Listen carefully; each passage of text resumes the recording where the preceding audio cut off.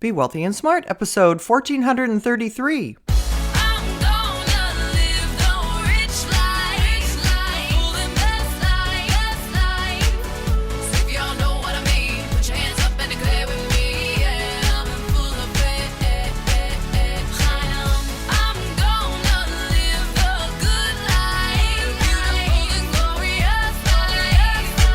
Step into a world of wealth and financial freedom without budgets, boredom, or bosses on Be Wealthy and Smart. And now, here's your host, Linda P. Jones. Welcome to Be Wealthy and Smart. I'm Linda P. Jones, America's Wealth Mentor, empowering women and men worldwide to financial freedom. On today's show, we're going to talk about 2025 will bring back the IPO market. We've been waiting a long time for IPOs to come back. Ever since the pandemic, it seems like we had a huge year in 2021, and then it's been declining ever since, with last year really seeing very few IPOs. The good news is some experts speaking at a conference lately are very optimistic about 2025 and the IPO market. A senior Goldman Sachs banker believes 2025 will see more technology companies go public. In fact, the number of IPO offerings in the tech sector will likely more than double next year, with the rate of companies listed by the year's end coming closer to an annual average of about 34, said Will Connolly, the banking giant's head of technology equity capital markets. He also said there's a massive population of big scaled companies in tech that are IPO candidates, and there's a lot of demand to put money to work. The question is, how quickly can people recalibrate to a more active IPO market? Since the pandemic, startup valuations have slumped, and companies raised a record $160 billion in 2021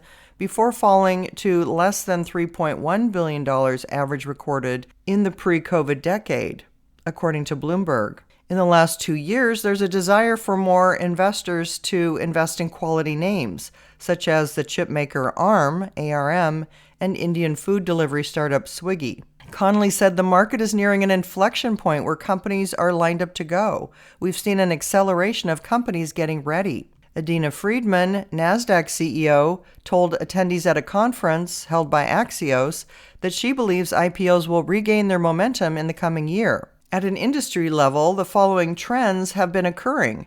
A notable shift in focus to the Rule of 40, which combines revenue growth and profit margins. Previously, the emphasis was heavily on top-line growth, meaning revenue, often prioritizing revenue increases of 60% or more, even at the expense of profitability. Now, investors are seeking a more balanced approach, favoring companies that demonstrate substantial growth of around 30% alongside a reasonable profit margin of at least 10%, with many aiming for break-even or better. The artificial intelligence sector remains very popular, with investors eager for companies that show strong potential in this new technology. Also, life sciences sector is stabilizing, but IPO activity is cautious as companies enter the public market at earlier stages. What hasn't been doing well is the retail sector. It faces challenges with fewer profitable companies going public due to economic headwinds, including inflation and decreased consumer spending.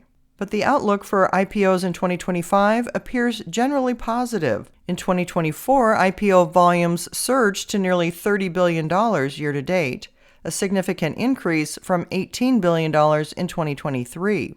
There were 60 IPOs in 2024, marking a 130% increase. And the broader market indices are up around 25%, indicating a healthier market overall. What's interesting is the focus has shifted from the Mag 7 stocks to a broader group of companies benefiting from the market uptick. As more companies prepare for an IPO, there is an expectation that they will do so when they are more scaled, leading to larger IPO sizes in terms of dollars raised. IPO volumes could grow to $40 billion in 2025, with 80 to 85 new listings expected, according to a panel at PLI's 56th Annual Institute on Securities Regulation.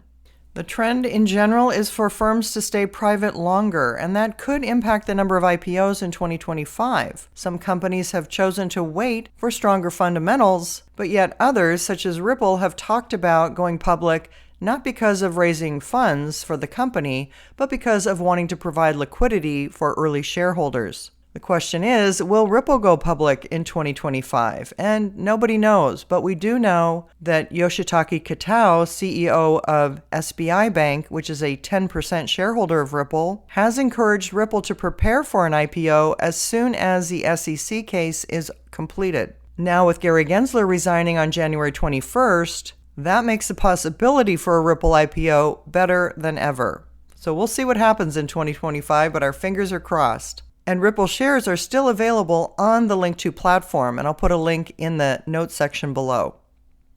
If you haven't yet subscribed to Be Wealthy and Smart, hit the subscribe button and you'll be notified as soon as new podcasts are available. And all of my podcasts are on my website at lindapjones.com/podcasts. And while you're there, sign up for my weekly newsletter for more wealth tips for your financial freedom. That's all for today. Until next time, live the good life and be wealthy and smart. Thank you for listening to Be Wealthy and Smart with Linda P. Jones. Share the wealth and tell your family and friends about the show. Check out our website, blog, and social media for more riches at www.bewealthyandsmart.com.